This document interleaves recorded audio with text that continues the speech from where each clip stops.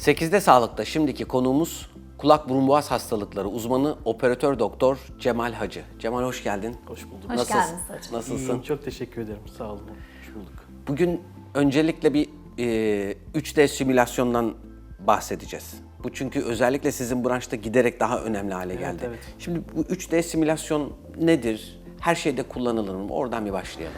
3D simülasyon aslında burun ameliyatı öncesi ya da yüz ameliyatları öncesi bizim uyguladığımız bir işlem. Hastanın özel fotoğraf makineleriyle fotoğrafını çekiyoruz ve bilgisayar ortamında o görüntü birleşiyor.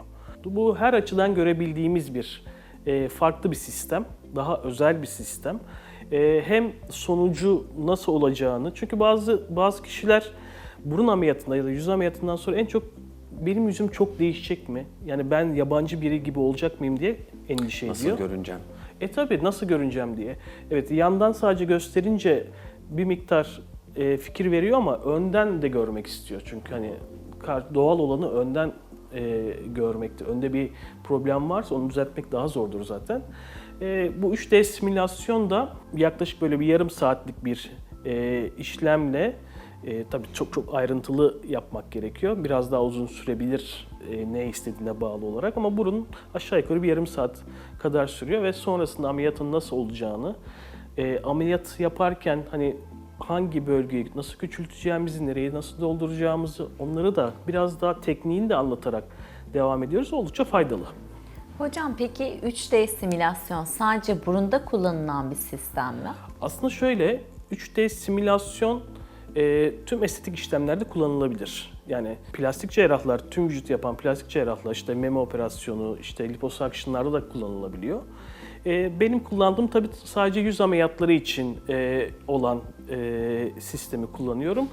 İşte yüz germelerin nasıl olacağını, aslında böyle dolgu botoks işlemlerin bile nasıl gözükeceğini gösterebiliyor. Tabii işte hani fotoğraflama burada çok önemli. Güzel fotoğraflama, simetrik olması önemli ki gerçeği yansıtsın.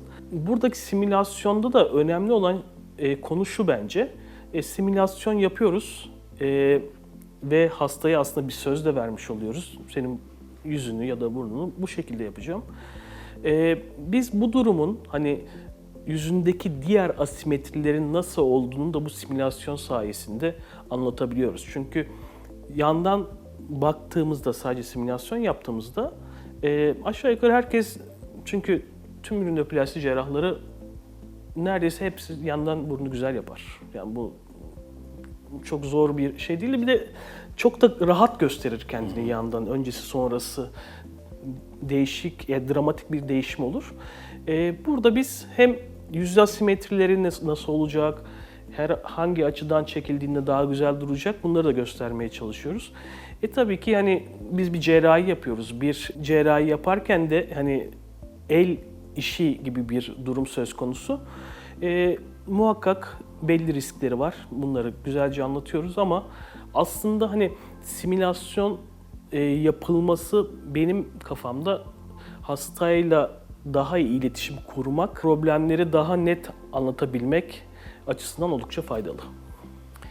Yüz ameliyatlarından bahsettin. İstersen bunu da biraz açalım yani. Yüz ameliyatlarından kastımız ne? En çok neler yapılıyor? Yani en çok aslında bu simülasyona uygun olan, oldukça da son zamanlarda popüler olan badem göz, cat eyes operasyonları, işte kaş kaldırma, temper lift, kaş kaldırmayla birlikte orta yüz, elmacık kemiği, şakak kaldırma, şakak germe ameliyatları, bunları gösterebiliyoruz. Çünkü yani yaşlandığımızda hem cilt gevşiyor hem de yüz üzerindeki yağ petleri aslında sarkıyor. Bu da işte yüzümüzde belli çizgilerin oluşmasına sebebiyet veriyor. İşte nazolabial çizgiler, gözaltı torbalanmaları, bunların hepsini bu simülasyon sayesinde gösterebiliyoruz. Bir de simülasyon yani hareketli bir simülasyon. Hem yani mouse'la çevirebiliyoruz, işte üstten bakabiliyoruz, alttan bakabiliyoruz, her açıdan bakabiliyoruz. Onun için oldukça faydalı. Hocam peki az önce küçük bahsettiniz botoksu dolguyu dahi diye. 3D simülasyonla görebiliyoruz dediniz. Evet. Bunu biraz daha açabilir misiniz? Nasıl bir farklılık görebiliyoruz? Yani çizgisi Yani olan şöyle- kişiyi çizgisini mi açmış şekilde görüyoruz? Aslında şöyle, botoksun etkisini tabii çizgileri yok ederek gösteriyoruz. Bir de hani botoksta biz neler yapabiliriz? İşte kaş seviyesini bir miktar kaldırabiliriz. Evet. Tahmini olarak. Evet, o çizgileri açabiliyoruz ama hani botokstan ziyade dolgu işlemlerinde oldukça faydalı. Bunun yanında tabii işte mesela hasta göz kapağı estetiği istiyor. Göz kapağı estetiği yaparken bunun simülasyonunu yapabiliriz. Ya da gözünü biraz daha çekebiliriz. Badem göz operasyonu yapabiliriz diye söyledim. Göz kapağıyla badem göz aynı anda yapılabilir. Bunu o simülasyonla gösterebiliyoruz. Biz de elmacık kemiği dolgusu yaptık diye düşünün hastaya. Elmacık kemiklerini bir miktar dolduruyoruz. Mesela diyoruz ki yani ben buraya 1 cc dolgu yapacağım. Bu dolgunun sende nasıl durduğunu göreceğiz. Çünkü bir yerden sonra aslında dolgu çok pratik ve kolay uygulanan bir işlem ama yani bir yerden sonra yüzün ihtiyacı olan bir yeri doldurmak değil, yani çünkü yüzü de büyütmüş oluyoruz. İyileştirme yönünde bakıyorsunuz. Hem iyileştirme yönünde bakıyorum, yani bir yerden sonra dolgu çok yeterli olmayacaktır. Dolgu yani erken dönemde ufak problemleri gidermek için uygulanan bir şey. Eğer ciddi bir sarkması varsa bu zaten yüz germe ile yapılması gereken işlemler olacaktır. Evet. Bu biraz önce bahsettiğiniz bu badem göz ameliyatı, bunlar kalıcı işlemler mi? Yani yaptığınızda artık bundan sonrası hep böyle mi devam ediyor? Evet, aslında şöyle, bu ameliyatlar kalıcı. Tabii ki bir yaşlanmayı gene durdurmadığımız için ileride bir değişiklik olacaktır. Yani yüzde ve gözde tekrar hani mesela göz kapağı estetiği yaparsınız, tekrar gene bir fazlalık olabilir yıllar içerisinde. Bunların revizyonu yapılabilir ama bu kalıcı bir işlemdir. Eğer hani göz şeklini değiştirmek istiyorsanız bunu dikkatli karar vermek lazım. Bunun geri dönüşü, yani tabii ki bir şeyler yapılabilir ama eskisi gibi olmaz. Peki yüz germe işlemi kalıcı mıdır hocam? Yüz Gerdiğiniz germe işlemler. işlemi kalıcıdır. Çünkü biz bunu cerrahi olarak yapıyoruz. Bir de ip askılamayla yapılan yüz germeler var. Onlar eriyen materyal kullanıldığı için yaklaşık 1-1,5 yıllık. O da materyalin cinsine göre değişiyor süresi. Ama yüz germe ameliyatı yapıldığında bu evet kalıcıdır. Biz yüz germe ameliyatında en çok işte çene hattını ortaya çıkartmak için, boynu kırışıklıkları gidermek için, nazolabiyal çizgileri yok etmek için yapıyoruz. Tabii ki burada da yaşlanma devam ettiği için bir yerden sonra tekrar olacaktır. Yani bunu önleyemiyoruz ama işte bir yüz germe ameliyatıyla bir 10-15 yaş geriye gitmek mümkün. Çok ciddi bir yıl. Evet, 15 yıl. 15 yıl öncesi çok güzeldi gerçekten, evet. Endoskopik ameliyatlar var yaptığınız.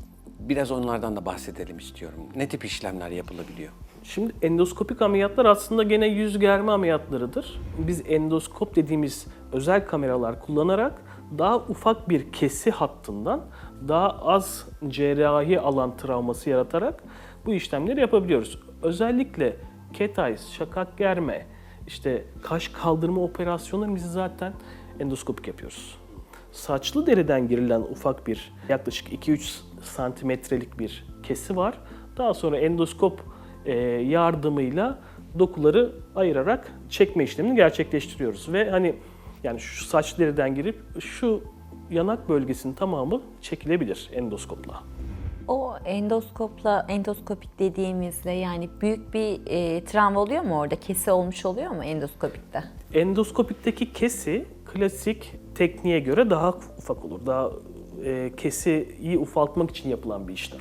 İyileşmede daha konforlu Daha oluyor doğal konforlu. olarak. Evet, yani çünkü saçlı deride kesi yaptığımızda ameliyat sonrası bazen hani çok büyük kesilerde şok dökülme evreleri olur saçlarda.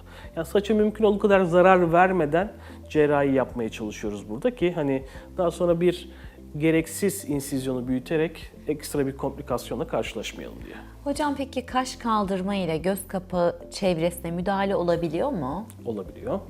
Yani şöyle, gözün ve kaşın yapışma yerleri benzer. Yani o kemikten bunları ayırdığımızda gözün şeklini tamamen değiştirebiliriz. Ama mesela göz kapağı üzerinde bir fazlalık varsa aynı göz kapağı estetiğinde eklemek gerekir. Yani o fazlalık cildi çıkartmak gerekir. Çünkü cildi gerdiğimizde şurada kırışıklıklar olabilir cilt fazlalığı varsa. Ama tüm yüzün şeklini ya da daha çekik bir göz yapısı, elmacık kemiğinin yukarıda olan bir göz yapısı yapılabilir tabii. Sanırım bu 3 boyutlu simülasyonda zaten buna yarıyor. Yani kişiye özel bir model oluşturuyorsunuz gibi Tabii anlıyorum, değil aynen mi? öyle. Yani çünkü kişiye özel model oluşturuyoruz, bir de kişinin yüz analizini yapıyoruz aslında. Çünkü hani bazı kişiler diyelim ki sadece burun ameliyatı için geldi bize. Yani burun ameliyatından beklediği şey o kadar büyük ki hani bunun olmayacağı çok belli. Yani benim için belli, yani onun farkında olmadığı için geliyor bunu soruyor, ama bu simülasyonu yapıyorum. Yani olabilecek olan sonucu gösteriyorum. Eğer daha fazlasını istiyorsan bak şunları da yapmak Bu gerekiyor tip diyor. kozmetik cerrahilerde hastayla doktorun beklentiler anlamında anlaşabilmesi çok önemli zaten. Kesinlikle şöyle, yani iletişim kuramıyoruz. Yani şimdi bir hastalığı olsa sana soracak ve hastalığın bu, tedavisi bu diyeceksin. Ama bu öyle bir şey değil. Yani burada sınırsız seçenek var, sınırsız istekler var, ütopik istekler var, olmayacak istekler var. Bizim yapamayacağımız durumlar var. Bunları anlamak için zaten ben simülasyonu tercih ediyorum. Yani hastayla iletişim kurarak, bir de biz doktorlar farkında olmadan tıbbi terim kullanmayı da severiz. Hani yani o, çünkü bizim aramızdaki konuşma şeyi de öyle. Sürekli öyle. Öyle olunca evet. Evet, yani onun farkında değilim. Yani ben onu anlatırken tıbbi terim kullandığımın farkında olmuyorum çoğu zaman. Bir görsel var ve bu görsel üzerinden hastaya ne istediğini anlatmaya çalışıyoruz. Yani çünkü yani insanlar kıyafet seçerken karar veremiyor. Bu yüz estetikleri, kalıcı işlemler. şeylerde. Aynen. Doğru hocam. Bu da öyle bir durum aslında. Gayet de sağlıklı bu yolu tercih etmeniz. Cemal çok teşekkürler. Ben teşekkür ederim. Çok güzel sohbet oldu. Sağ olun. Ağzına Ağzınıza sağlık. sağlık. Çok teşekkürler. 8'de Sağlık'ta konuğumuz kulak burun boğaz hastalıkları uzmanı operatör doktor Cemal Hacı, ki kendisiyle 3D simülasyonu, yani 3 boyutlu simülasyonu nerelerde kullanıldığını konuştuk. Oldukça güzel bir sohbet oldu. 8'de Sağlık şimdi kaldığı yerden devam ediyor.